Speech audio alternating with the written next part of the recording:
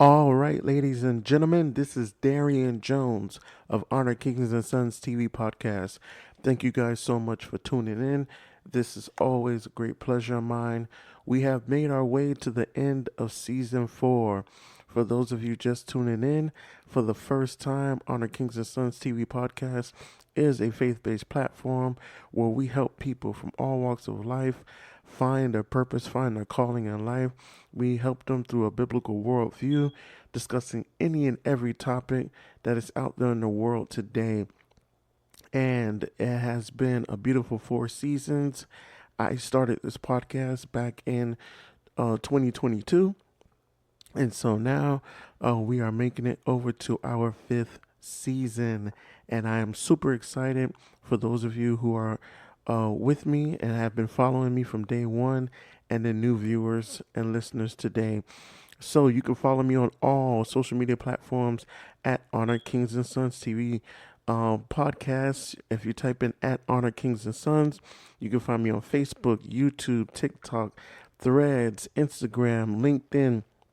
You'll be able to plug in to my platform and my brand. I want to be able to connect with you guys. I created a Discord and I'm trying to get people to join my Discord. So hopefully you will be the first today to join into my Discord. It's where I like to expound on conversations and really just hear from my listeners all the different viewpoints and details that they wish could have been inserted to the conversation. So make sure that you guys follow me at Honor Kings and Sons on all social media platforms. And I have 2 YouTube channels. Make sure you check out my YouTube channels. My first one is at Honor Kings and Sons TV. That is where all my audio podcast clips are uploaded. And my second is my funny channel. I like to put skits, reels, funny videos, and reactions on there just to make people laugh throughout the week. So make sure that you follow that channel. That is at DJonesHKS. Once again, at DJonesHKS is that channel. Today we're going to be talking about the Paris Olympics and the controversy that has been sparked behind the open ceremony. So, with the Paris Olympics going on, a lot of people are very excited for this year. It's a lot of returning athletes from the States, and everybody has been cheering and giving support. But interesting enough, one thing that a lot of people didn't see to happen was the opening ceremony, which was presented by a lot of people from the LGBTQ community. And apparently or allegedly, there have been also parts of the ceremony that they believe have been what has been called pretty much slander of different, I guess you would call, my mind said relics, but I'm not going to say relics, of different key events that taken place in the Christian faith and that you can find in the Christian Bible. So a lot of people have just been very, offended by it. Apparently, there are bits and pieces from the book of Revelation that were personified and exhibited in the ceremony. Also, you have the famous story of the Lord's Supper, that is in the New Testament of the Bible, and that was also reenacted in the ceremony. And so a lot of people just spoke out about it. It's all over social media. I'm pretty sure at some point one of your friends or colleagues have seen it or may mention it to you. If they haven't, then you're hearing it from me. And, Honor Kings and Sons, we're a faith based platform. We don't shy away from anything. So I've had so many people, come to me about it, and I can give so much perspective on this, and it my experience as a devout Christian believer, from age 10 up until now. I'll be 34 in November of this year. My experience as a devout Christian, when I was young, I did not have a proper perspective. I did not have a balance of teaching. So it was church, church, church, church, church. I had my basic, grade school education, and then that was it. It wasn't until I went to college that I was exposed to a lot of research. I was exposed to a lot of perspective from my professors, and I took a liking to world history. So that is where I began to really put my perspective together, put my worldview together, so that I understood how to navigate when approached by people who oppose, my beliefs and my faith, in Jesus and in Christ and God. And so, what I have to say is this. I saw the opening ceremony, a good amount of it, at home with my family. And the first thing that people have to understand, and some people actually said this in comments on social media, so I was like, thank God I'm not the only one. The first thing that you have to point out is you have to actually go back to those time periods, and you have to know the origin of things, right? It's if you study Greece, most people know Greece for Greek mythology. They know it for it being the birthplace of the Olympics.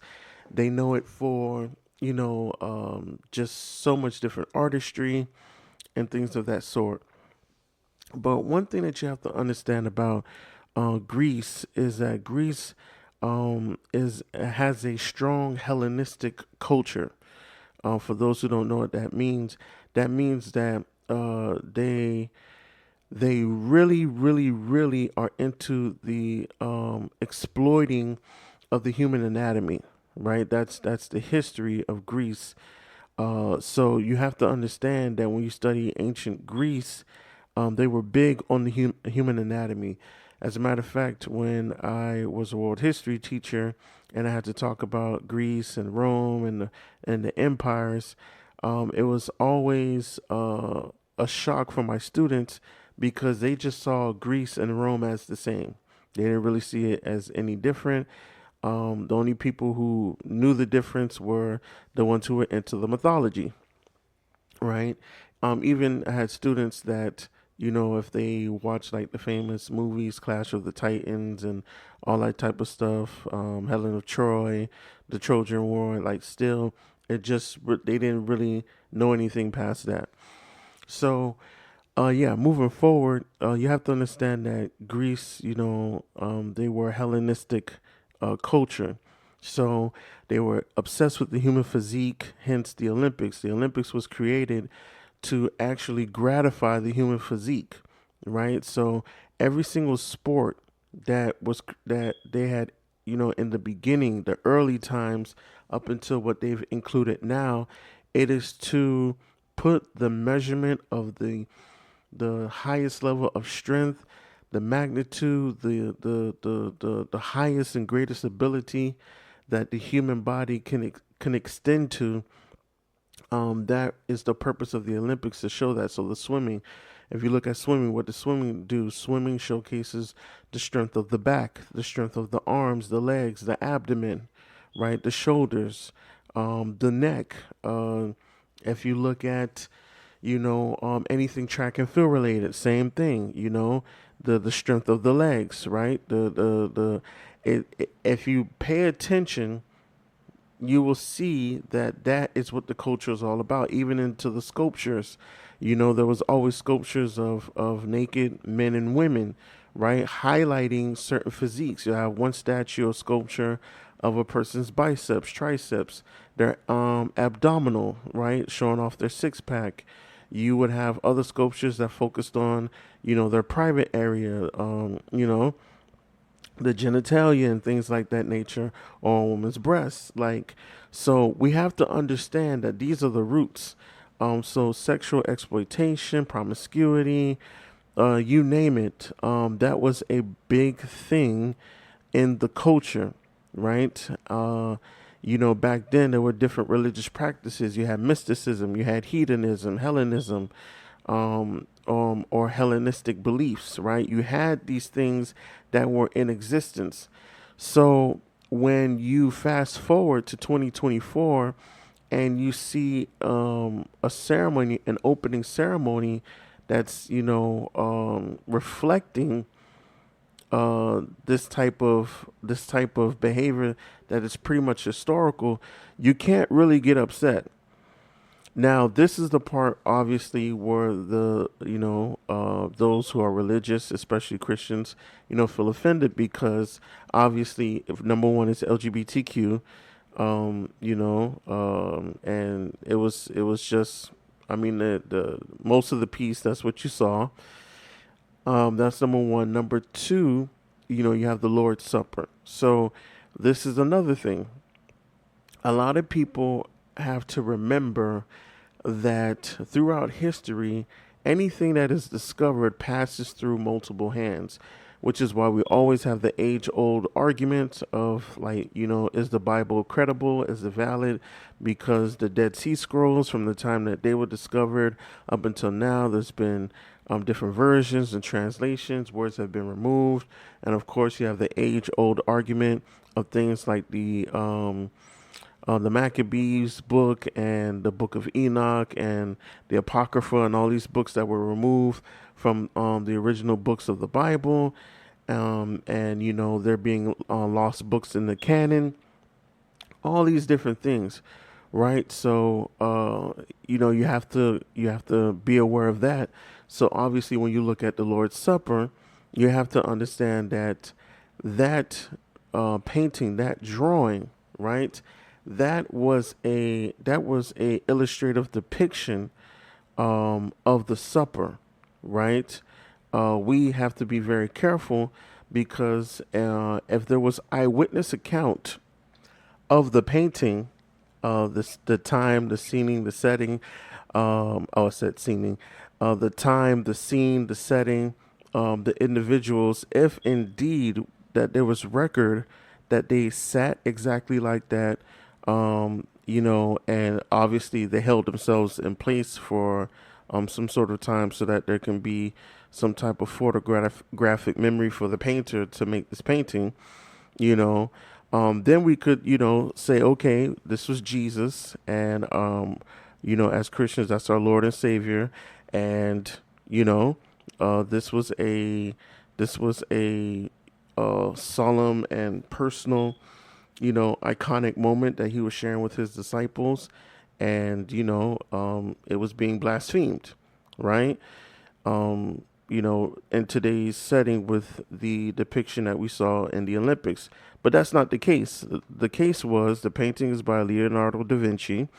Thousands of people have recorded hidden meanings and messages in the painting.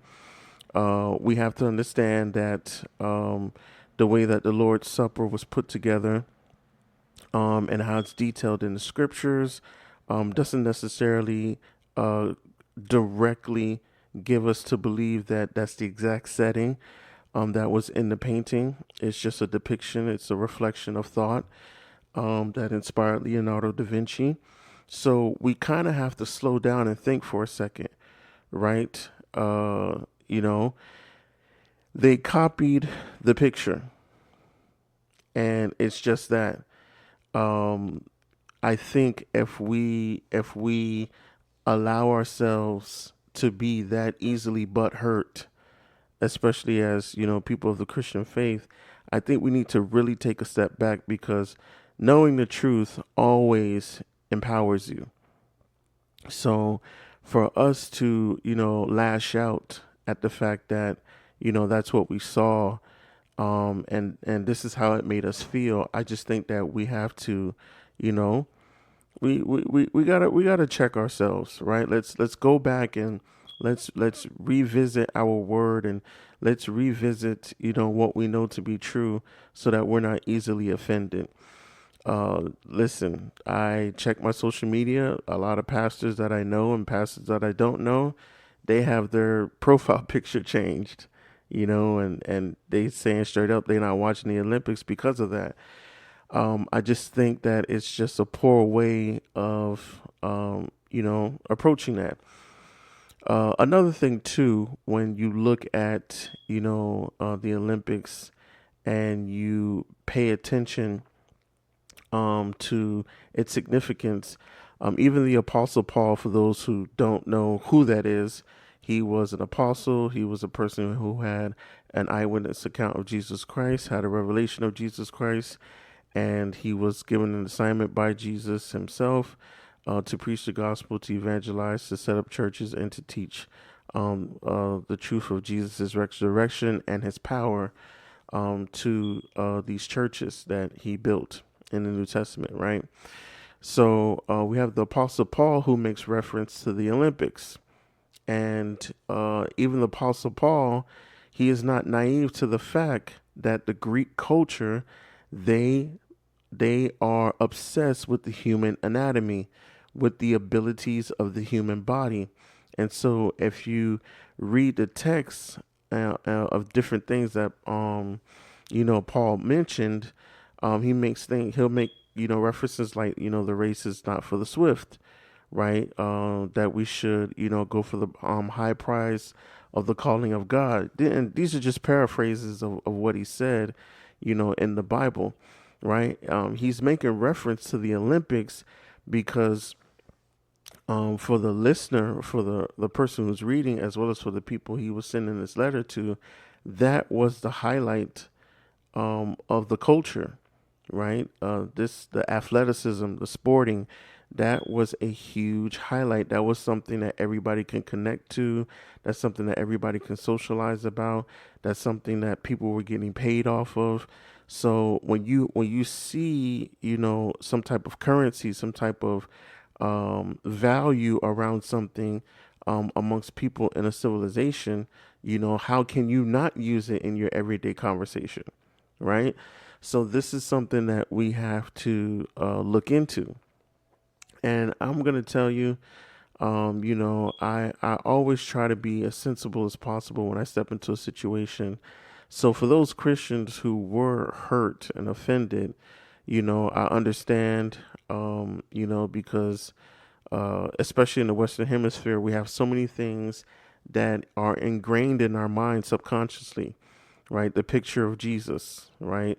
You have some people that says he's so beautiful with his pale white skin and his reddish hair, and all of that stuff, right? You have the Lord's Supper, right? Some people, they feel convicted when they see that, right? But when you look into history, you have to understand that a lot of pictures, a lot of sculptures, designs, a lot of those things technically don't have any they don't have any edification that is connected to the scriptures. What do I mean edification? Meaning like most of the people who designed them were people who were inspired, right? I don't think in their mind their job was to say, let me do something that will help the Christians grow closer to their faith. I think they put these pieces together because they were just inspired by what it meant to them. And we just have seen it for so long that it's a part of our culture, right? So and another thing too is that like you have you it's it's not new that you have a lot of other religions that the basis of the religion comes from is taken from scriptural texts in our faith. So you have to understand, like when you look at Catholicism, right? To this day, there's some people that see no difference between Christianity and Catholicism. Some people believe that they're one and the same. It's just that there's a difference of minor doctrine. There's some Catholics who don't call themselves Christian. They call themselves Catholic. There's some Catholics who do call themselves Christian, right? And that's as far as I'm gonna go because that's a whole nother story for a whole nother day. But when you look at a lot of religious imagery, through that we've discovered from Eastern Europe and Southeastern Europe, and just European culture that's transferred over to being predominantly associated with Western hemispheric Christian beliefs. A lot of those things, come from the Roman Catholic Church, the Vatican, all that type of stuff. But none of those things, are a 100% manifestation of the revelation of a Christian teaching. It's just like I say, it's an inspired piece that somebody did, and this is something that's just now part of our culture. So it really challenges the Christian believer to make sure they're doing their research and making sure that they're diving into their history so that they don't get easily offended. I used to be easily offended by everything. When I was young in the faith, I used to be easily offended by any and everything that somebody said.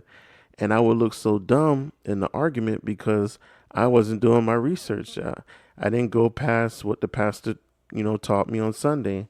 But I've spent years now, and so I know when somebody is saying something that is incorrect about my faith, and I know when somebody's saying something that is correct, and I know when somebody's saying something I just haven't heard before, and I say, you know what, I want to go search about that. I want to go, learn about that so I can have another conversation another day with that same individual or whoever else I may come across that spoke on something along that lens.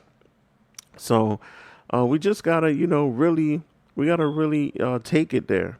And as I'm getting ready for my fifth season, there's definitely gonna be more topics or conversations like this because around the end of the years when election is coming up, and let me tell you something, there are a lot of people in the Christian faith that are worked up, they're riled up. Donald Trump is saying a lot of things. Pastors and churches are saying a lot of things. And so it's about to get really heated in terms of what the economy is going to look like, especially for North America. And, there's going to be more people, saying that, oh, this community is bashing God's people. This community is bashing the Bible. This community is offending X, Y, and Z. It's going to get crazy. So you guys definitely, if you hear something and you definitely want to hear my take on it, join my Discord and let's talk about it. But yeah, I want to wrap up this episode. I want to definitely hear from you guys. Please join my Discord. You guys follow me on all social media. Type in at Honor Kings and Sons. And please follow me Facebook, TikTok, Threads, YouTube, LinkedIn, Instagram. Follow my 2 YouTube channels and join my Discord. I definitely want to hear from you guys. Thank you guys so much. It's been an awesome season 4. This is actually my biggest season. I did over 20 plus episodes in my previous seasons. I was building it. I had a lot of stuff to learn. I was, getting better equipment. So I didn't have that many episodes, but, this has been my biggest season. So I aim to have the same amount or even more for season 5. You guys tell somebody about my podcast. I want to be able to grow in my increase in my downloads and my subscribers and definitely my listeners. I love you all so much. God bless you. Thank you for the love and thank you for the support. Special shout out to any country that has been listening in. I've had people from South Asia, Canada. I've had people from Germany. I've had people from London. I've had people from the Caribbean, Cuba, different people tune in. I've had people from Japan tune into my podcast. Thank you all so much. If your country is participating in the Olympics, I wish you guys the best. And, just show them love, continue to support. God bless you guys. Until next time, this is Darian Jones of Honor Kings and Sons TV podcast. Follow me on all social media. Until next time, you guys, God bless and be easy.